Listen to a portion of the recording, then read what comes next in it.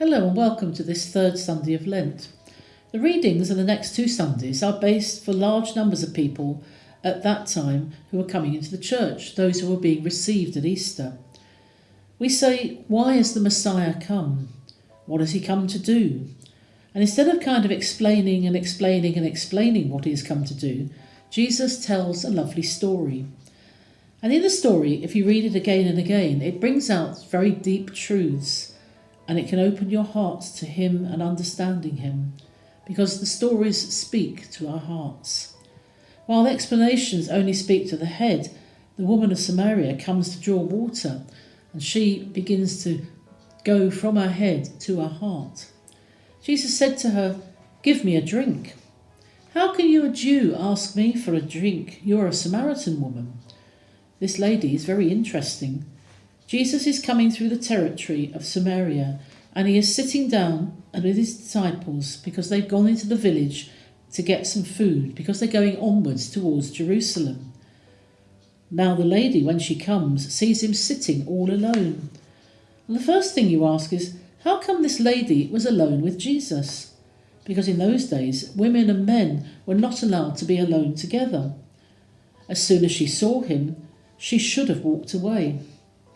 The women used to gather at the well and fill their buckets at the same time and chat and exchange information. But there was nobody there, and she went up at a time when nobody was there, because they would not only make a fool of her if she went when there were other people there.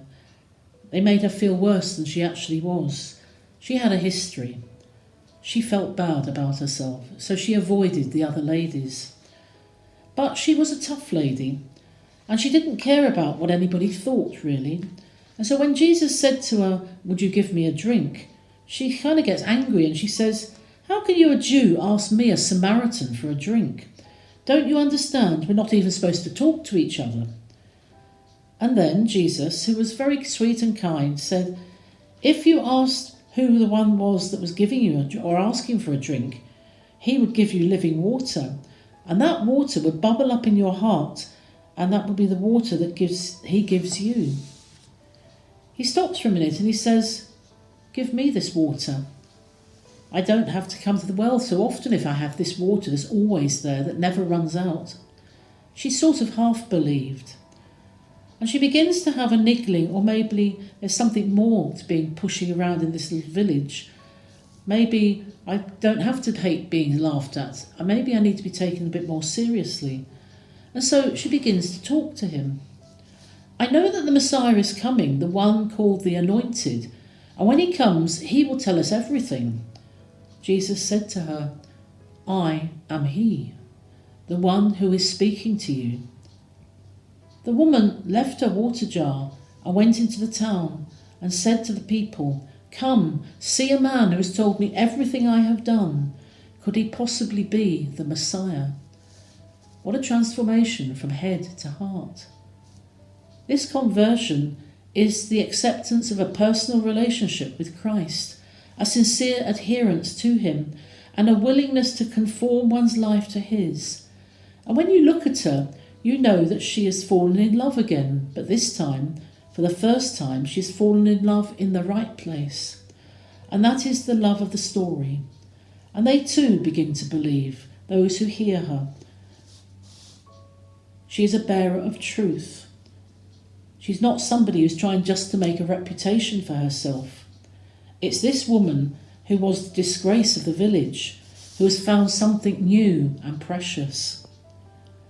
There's a thirst in each one of us, in every heart. Each one of us is like that lonely Samaritan woman sometimes. We are thirsting for something that will satisfy all our longings. But we often search in the wrong places. We draw water from many wells. The water of praise to quench our thirst for self-esteem. The water of success to quench our thirst for importance.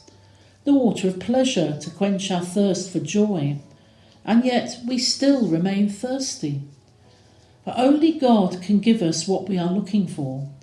God alone can cause a well to spring up inside us, and water from this well will sustain us on our journey to the promised land of everlasting life. May you get on with this journey in a good way this coming Lent.